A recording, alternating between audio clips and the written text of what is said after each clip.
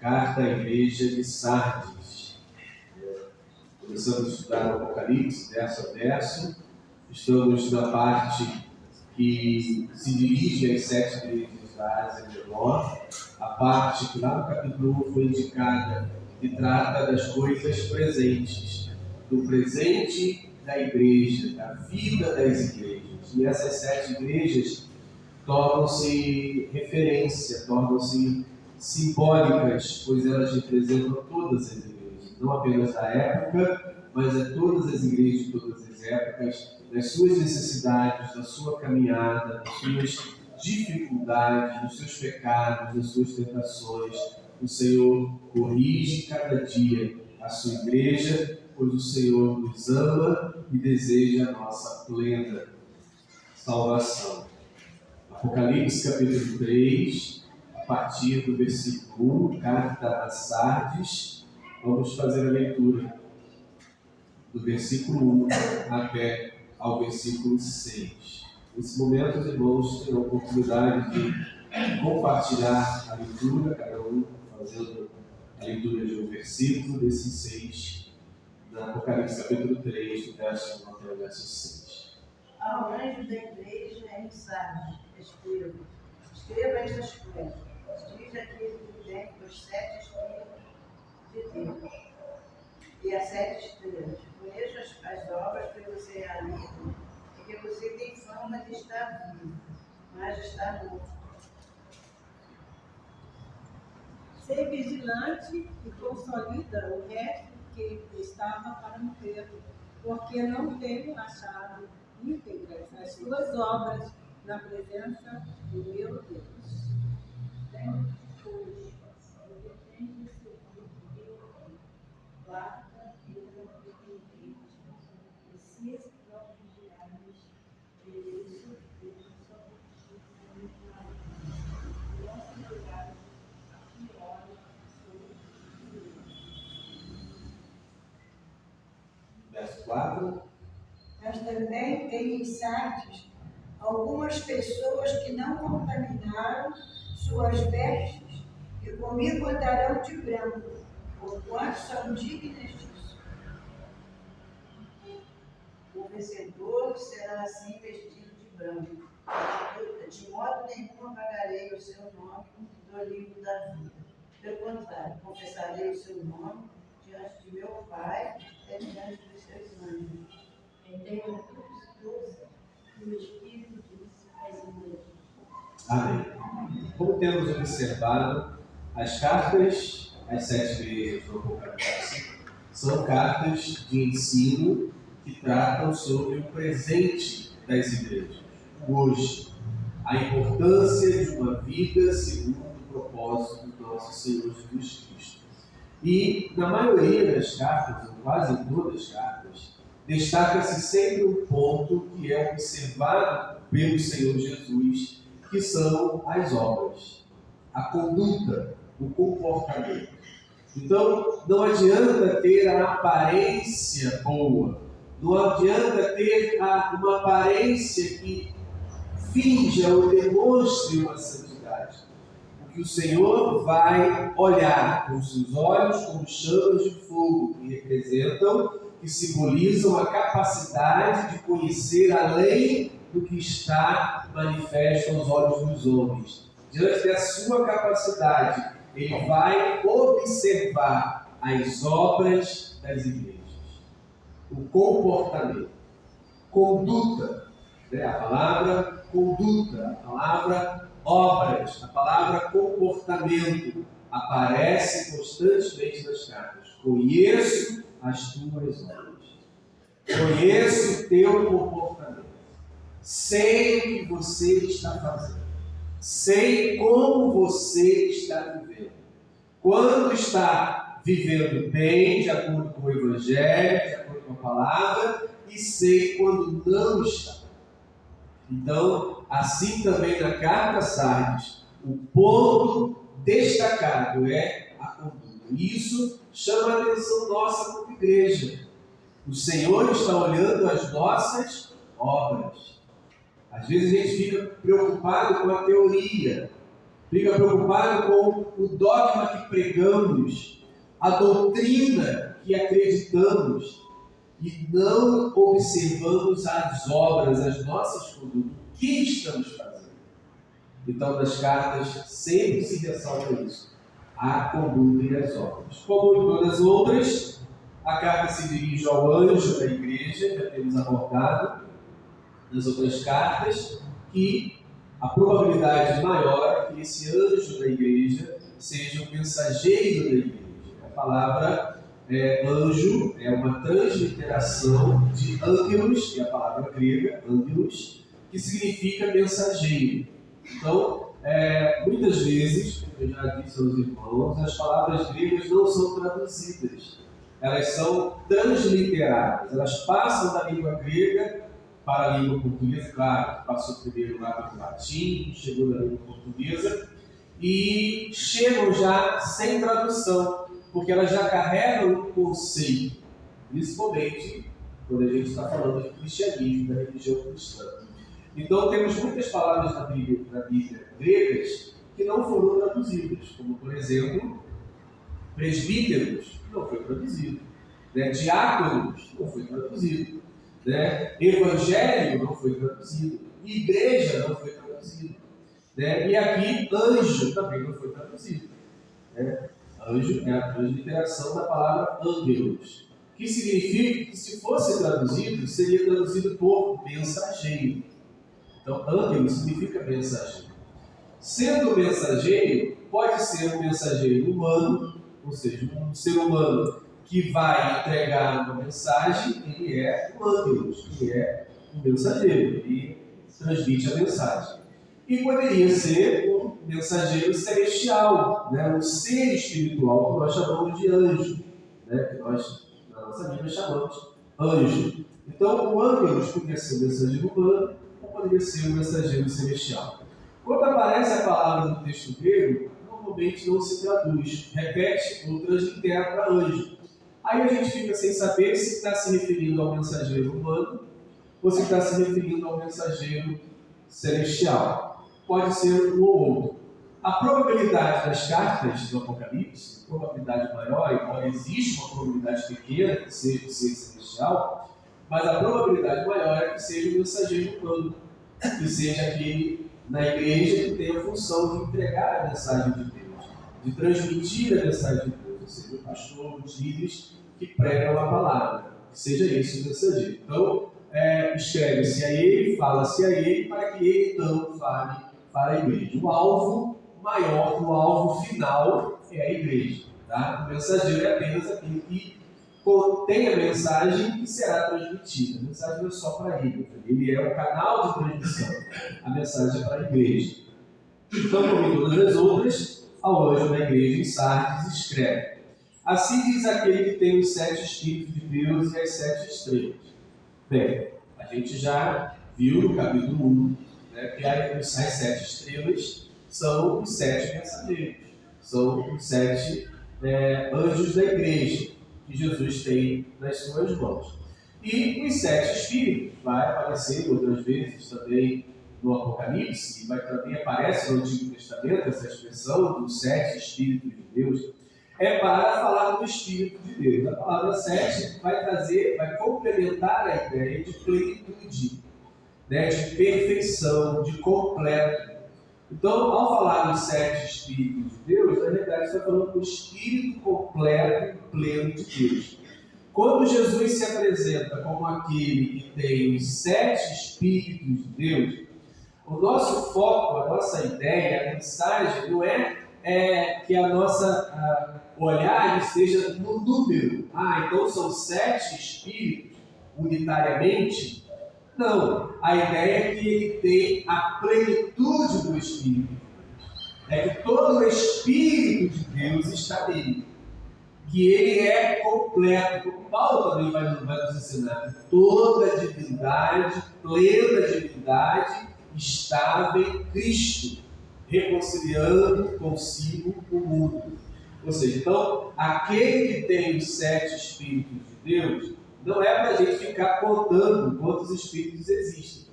mas é para a gente entender que toda a plenitude do Espírito de Deus está em Cristo. Ou seja, Cristo não tem 99% do Espírito de Deus. Cristo não tem 80% do Espírito de Deus. Ele tem 100%. Então a palavra 7 aqui é para indicar essa completude, essa plenitude. Aquele que tem os 7 Espíritos de Deus significa aquele que tem de forma 100%, de forma plena, absoluta, o Espírito de Deus está ali. Assim, Jesus é apresentado aqui como é apresentado em todas as outras cartas. Aí o primeiro apontamento que ele faz é: conheço tua conduta, conheço tuas obras. E olha o que ele aponta: tens fama de estar vivo, mas está morto. O que significa isso? Ele fala: conheço as tuas obras. Igreja, eu sei o que vocês estão fazendo, eu sei como vocês estão vivendo o Evangelho. Eu sei como vocês estão vivendo o reino de Deus. Eu sei como vocês estão praticando as obras de Jesus, as minhas obras. Eu sei como é que está sendo o comportamento de santidade de vocês. Eu sei. E por eu saber, aí o que ele diz: vocês têm aparência de que vivem, mas vocês estão mortos. O que significa isso? Que a igreja de Sardes era uma igreja que parecia viver o Evangelho, que tinha uma aparência, que se as pessoas olhassem para ela, contemplassem ela, ia achar que era uma igreja fiel, uma igreja que estava andando nos caminhos de Jesus, uma igreja verdadeiramente crente, uma igreja verdadeiramente santificada, que estava andando no caminho do Senhor.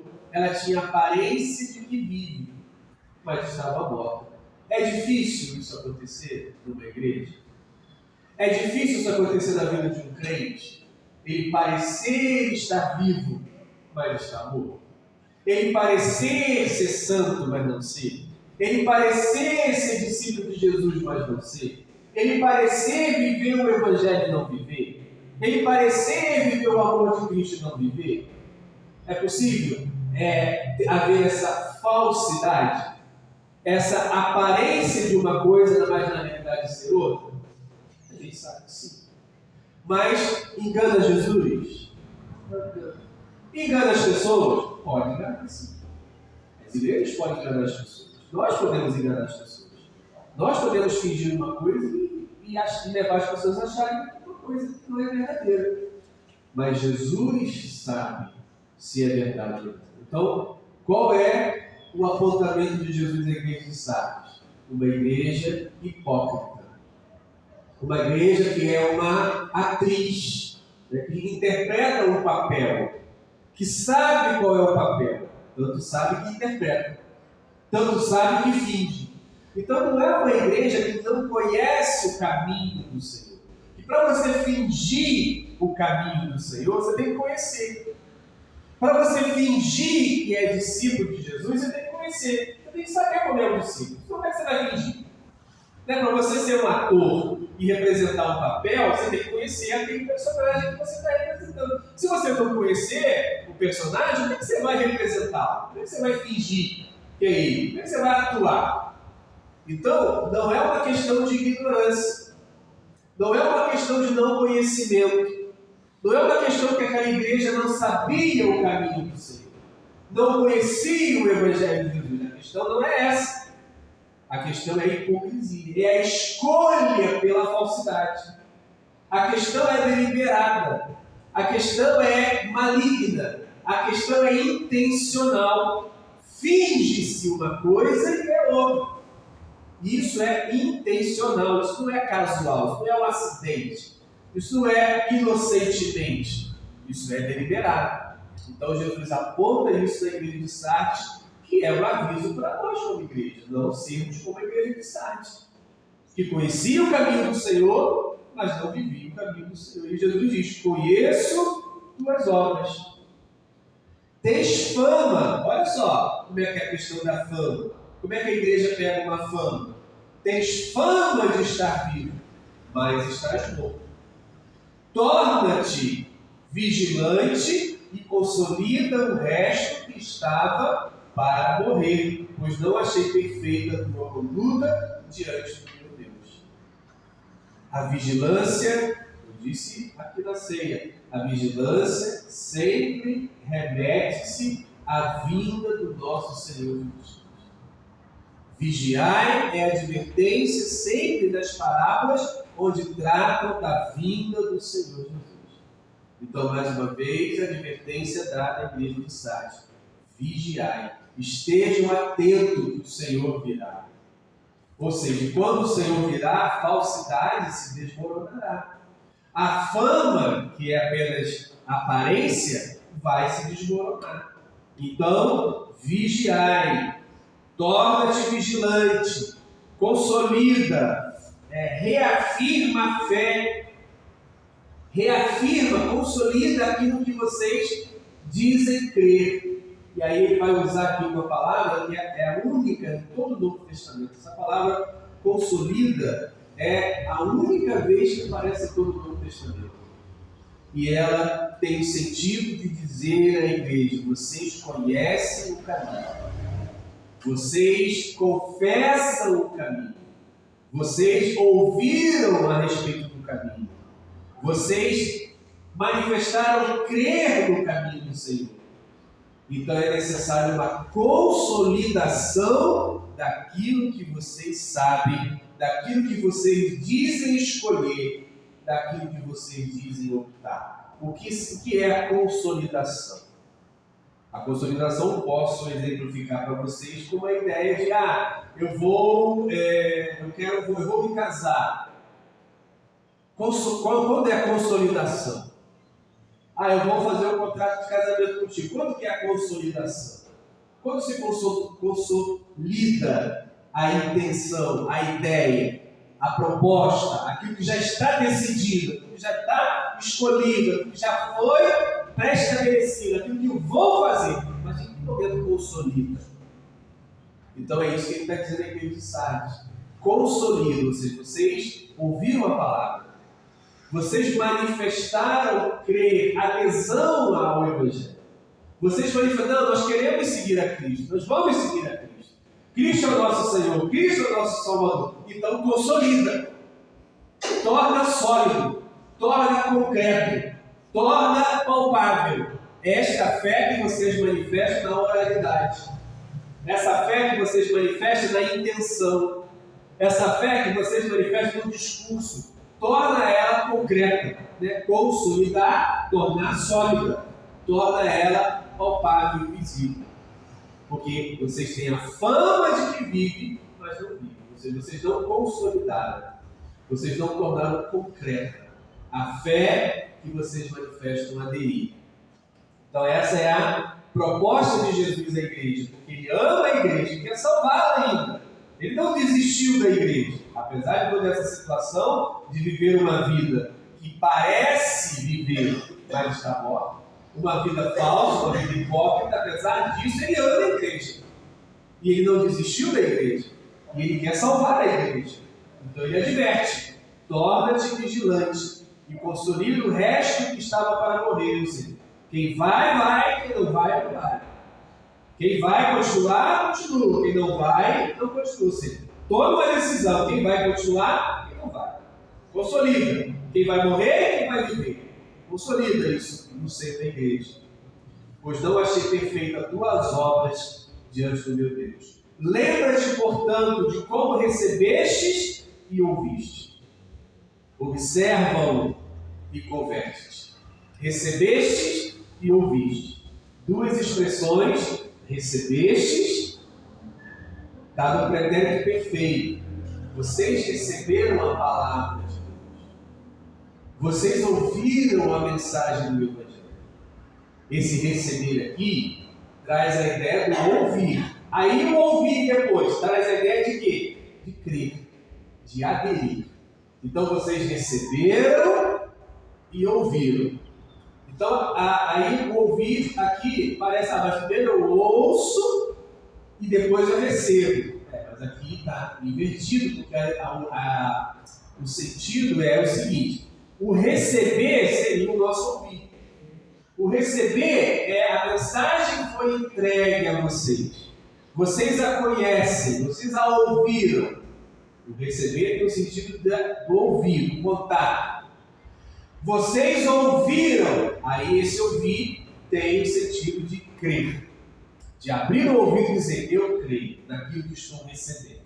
Então ele diz, ele aponta, vocês receberam, né? Recebestes e ouviste. E agora eu me falo, observa, segue, porque o problema está nas obras. Eles ouviram, eles creram, aderiram, disseram, aceitaram Jesus. Tá, mas qual é o ponto que falta? Viver isso, observar. Então, aí ele diz, converte-se. Veja, irmãos, a conversão não está no receber e ouvir. A conversão está naquilo que está faltando, é o observar. É o seguir, o praticar. A conversão está no praticar. Receberam, ouviram, ou seja, ouviram e aderiram. Onde é que está a conversão? No observar, no praticar. Então, o praticar é o que falta. Por isso ele diz, converta-te. Ou seja, observa, pratique. Caso não vigies, caso não fique atento, não vive uma vida que expresse crer na volta do Senhor, aí ele diz, virei como ladrão. Essa expressão vai aparecer nos evangelhos várias vezes para nos dizer sobre a vida de Jesus, que virá de forma repentina, de forma não esperada. Jesus vai nos dizer a parábola. Se o pai de família soubesse a hora que o ladrão viria, ele vigiaria, não deixaria sua casa ser roubada. Ou seja, esse vigiar e essa expressão virá como ladrão é uma referência à vinda repentina de Jesus. Caso não vigies, virei como ladrão. Sem que saibas em que hora venho, venho te surpreender. Em Sardes, contudo, há algumas pessoas que não sujaram as suas vestes. Ou seja, não era toda a igreja 100% que vivia uma vida hipócrita, que vivia uma vida de aparência, vida, mas era morte. Não era toda a igreja que precisava praticar o evangelho que não tinha se convertido de fato, de verdade, de forma concreta.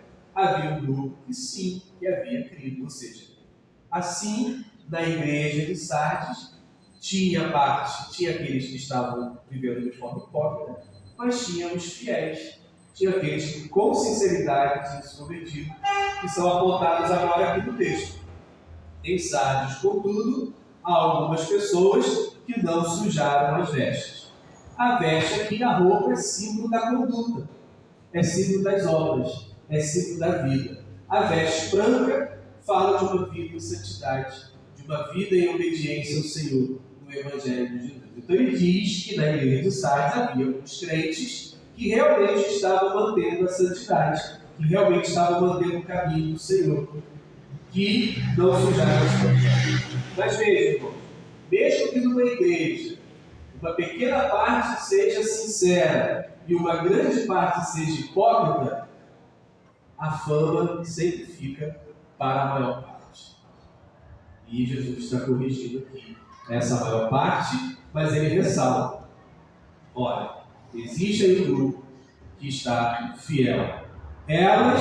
Essas pessoas que se mantêm fiel, andarão comigo vestidas de branco. É uma alusão à vida perfeita, à vida plena. O branco aqui, veste branca, fala de uma vida perfeita, de uma vida santa, de uma vida com Deus. Pois são dignas. São dignas porque receberam, ouviram e observam. O vencedor, ou seja, aquele que receber, ouvir e observar, se trajará com vestes brancas. É a alusão à vida eterna, à vida por Deus, a salvação. E eu jamais apagarei seu nome do livro da vida. Ou seja, esse não terá o seu nome apagado. E os outros, provavelmente, sim. Mas esse não terá o seu nome apagado no livro da vida, como ele diz. Se ele aponta que esse não apagarei, deduzimos claramente que os outros são. Então ele diz: o vencedor se trajará com vestes brancas e eu jamais apagarei o seu nome do livro da vida.